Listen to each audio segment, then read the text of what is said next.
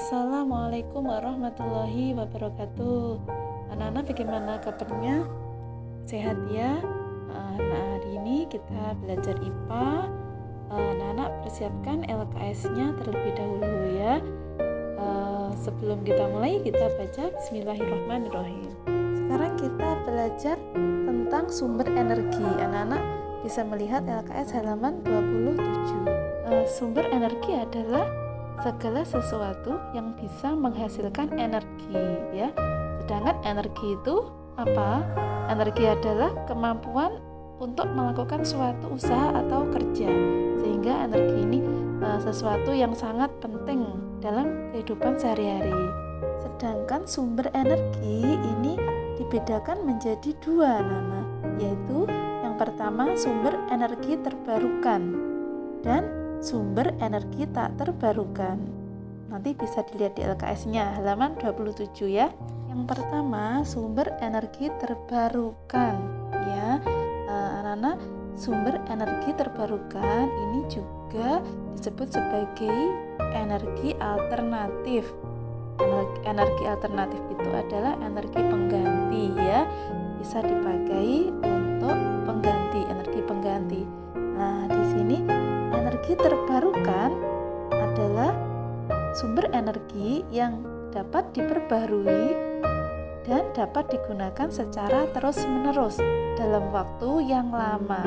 Nah, ini juga dapat diisi oleh alam dan prosesnya berkelanjutan.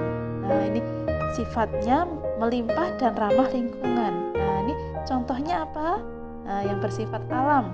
Contohnya adalah matahari, angin, panas bumi, air, dan energi biomasa.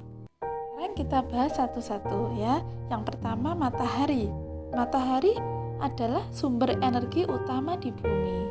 Ya, sumber energi cahaya terbesar di bumi ya. Jadi matahari sangat penting untuk kehidupan makhluk hidup di bumi anak-anak. Nah, ini contohnya kalau untuk manusia ini bisa untuk mengeringkan baju, untuk para nelayan mengeringkan ikan. Kalau untuk tumbuhan, untuk fotosintesis seperti itu. Nanti bisa dilihat gambarnya ya. Yang kedua adalah angin anak-anak. Angin adalah udara yang bergerak.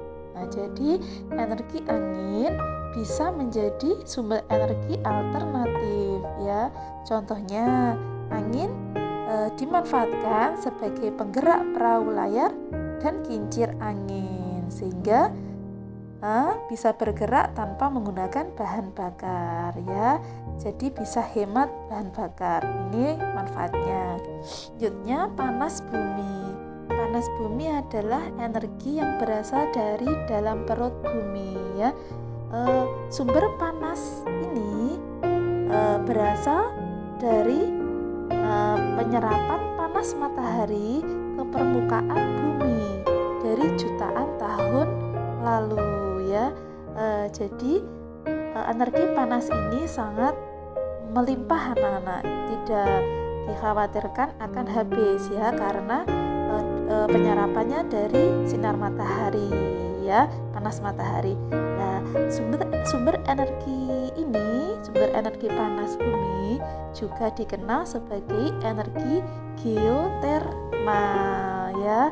Ini manfaatnya sebagai pembangkit tenaga listrik. Anak-anak bisa melihat gambarnya. Ini contoh salah satu panas bumi di dataran tinggi Dieng, ini di Indonesia ya, di Kabupaten Banjarnegara, Jawa Tengah. Nah, ini dimanfaatkan untuk pembangkit tenaga listrik. Seperti itu gambarnya ya. Selanjutnya air ya. Air adalah sumber energi yang bersumber dari tenaga air ya. Sumber energi ini sudah lama dimanfaatkan karena ramah lingkungan dan juga berlimpah. Ini energi air ini dapat digunakan pada waktu air mengalir dari tempat yang tinggi ke tempat yang rendah. Nah, contohnya pada bendungan dan air terjun. Ini karena air yang bergerak deras ya. Ini memiliki energi yang besar juga. Energi yang dihasilkan oleh air digunakan sebagai pembangkit listrik tenaga air atau PLTA. Yang terakhir adalah biomasa ya. Biomasa adalah sumber energi yang dihasilkan dari benda-benda di sekitar kita, seperti kayu, limbah pertanian, limbah kotoran hewan, dan tanaman hidupnya. Ini pemanfaatannya digunakan sebagai bahan bakar untuk menghasilkan listrik dan bentuk-bentuk energi lainnya. Nanti bisa dibaca di LKS ya, halaman 29.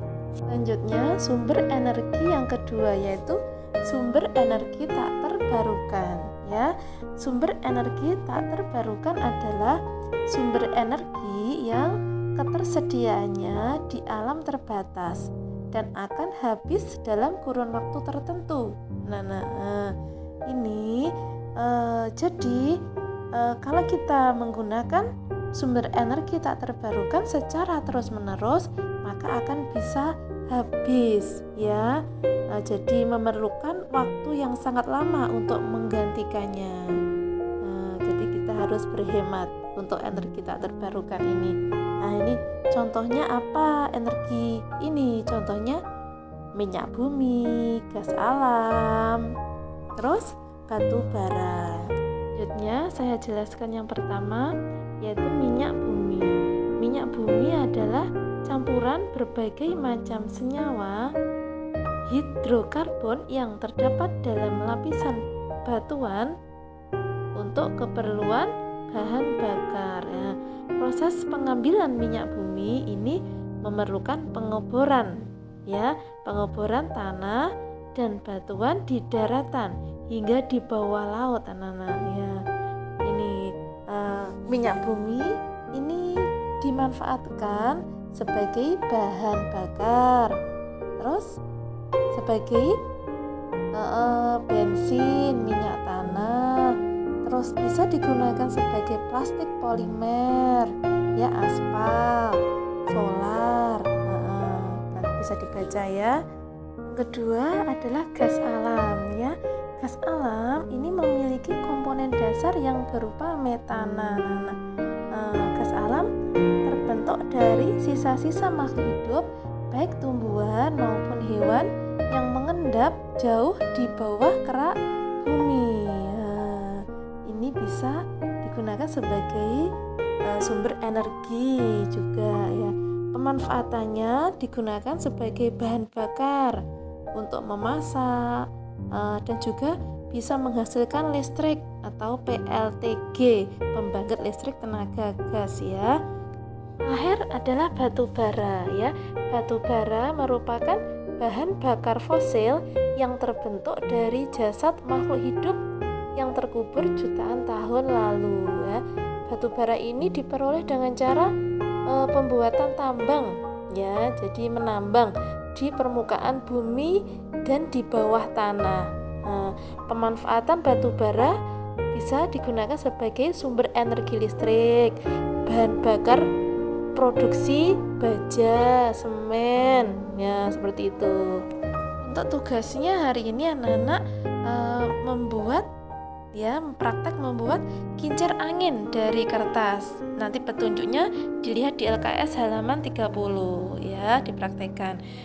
Terus yang kedua mengerjakan LKS halaman 31 sampai 32 ROM 1 saja ya. Saya berikan tahapan cara membuat kincir angin dari kertas. Bisa dilihat contohnya. Semoga bisa membantu ya. Sekian dari saya, semoga bisa membantu kalian belajar di rumah. Tetap semangat belajar ya. Saya akhiri. Wassalamualaikum warahmatullahi wabarakatuh.